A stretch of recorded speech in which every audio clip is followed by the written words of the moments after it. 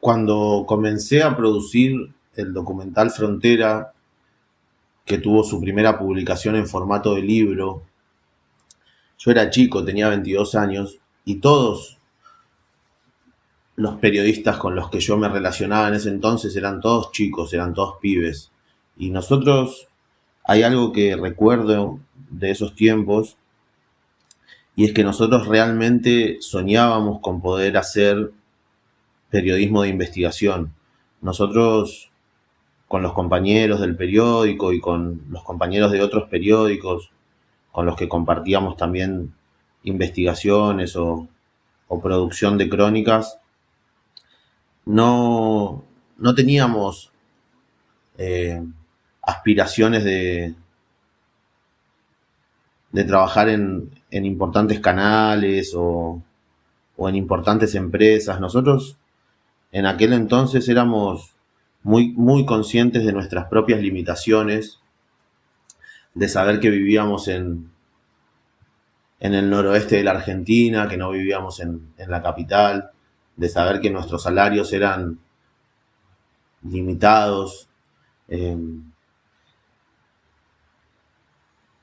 Éramos conscientes de que éramos jóvenes, pero sin embargo también éramos conscientes de que aún con todas estas limitaciones, la mayoría éramos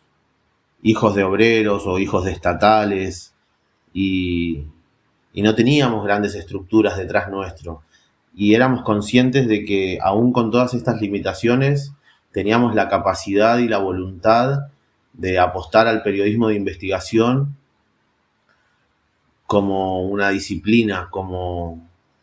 y de tomar el periodismo de investigación como un arma para poder generar conciencia en las personas y a través,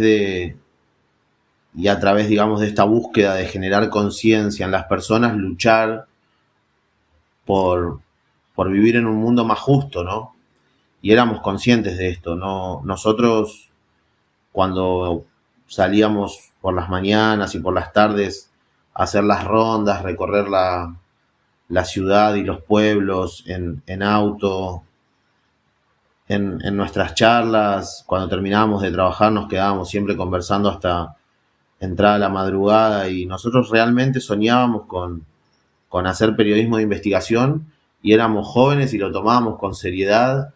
Y cuando llegábamos a entrevistar a las víctimas, a los familiares de los desaparecidos, cuando llegábamos a entrevistarnos con distintos tipos de fuentes relacionadas al desarrollo, digamos, de la información,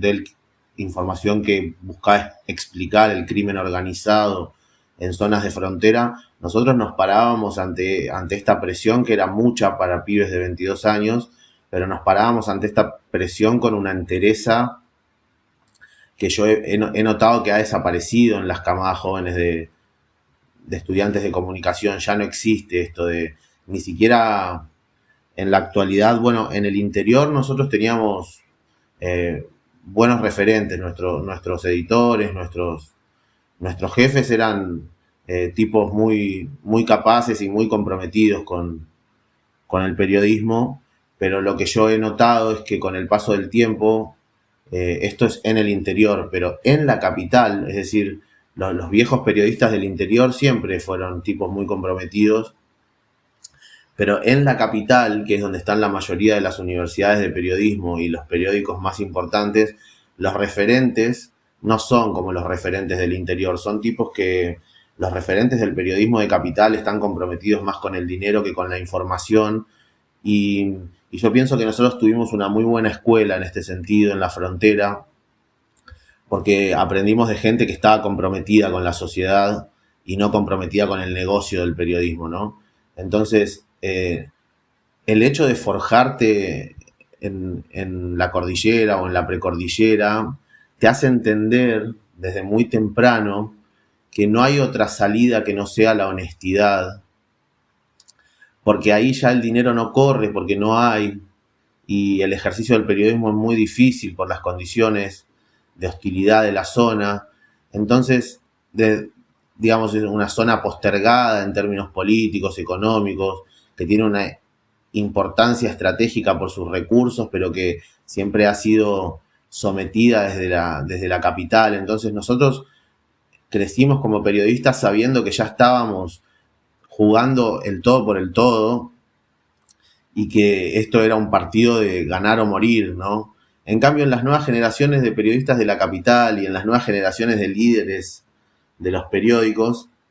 hay un compromiso que no es con lo informativo ni con la transformación social, sino con el dinero. Y hoy es imposible pensar que un pibe de 20 años se pare de cara a una investigación sobre sicariato, sobre contrabando, sobre trata de personas y que la realice con entereza y sin apoyo. Y yo tuve,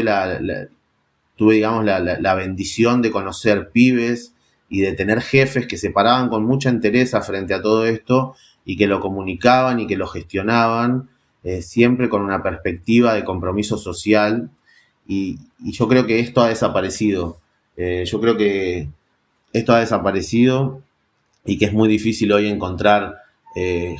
jefes en los periódicos de capital. Digo, ahora sí marca una diferencia. En el interior la gente siempre está comprometida con el cambio social y con el ejercicio del periodismo digamos, en los entornos intelectuales, porque la vida ya es muy sufrida, pero en la capital es todo más light, es todo un poco más dietético y el compromiso no es el mismo cuando vos tenés que salir a batallar por contar una verdad urgente y cuando vos estás en un edificio donde te sirven la comida y solamente tenés que tipear un par de palabras para generar visitas y es otro tipo de periodismo, ¿no? Y yo creo que hubo un punto entre la incipiente cartelización, digamos, de la frontera y la actualidad, en el que coexistieron y había compromiso también en los periódicos de la capital, pero pienso que después eso desapareció y hoy realmente es muy difícil encontrar un estudiante de periodismo de Buenos Aires que se pare frente a una investigación como esta con la entereza con la que nos parábamos nosotros siendo pibes de 20 y discutiendo hasta la madrugada cómo íbamos a informar, qué íbamos a informar. Eso ya no existe más y pienso que ahí también está un poco la responsabilidad de dejar este material grabado y registrado por si alguna persona pudiera necesitarlo en algún momento.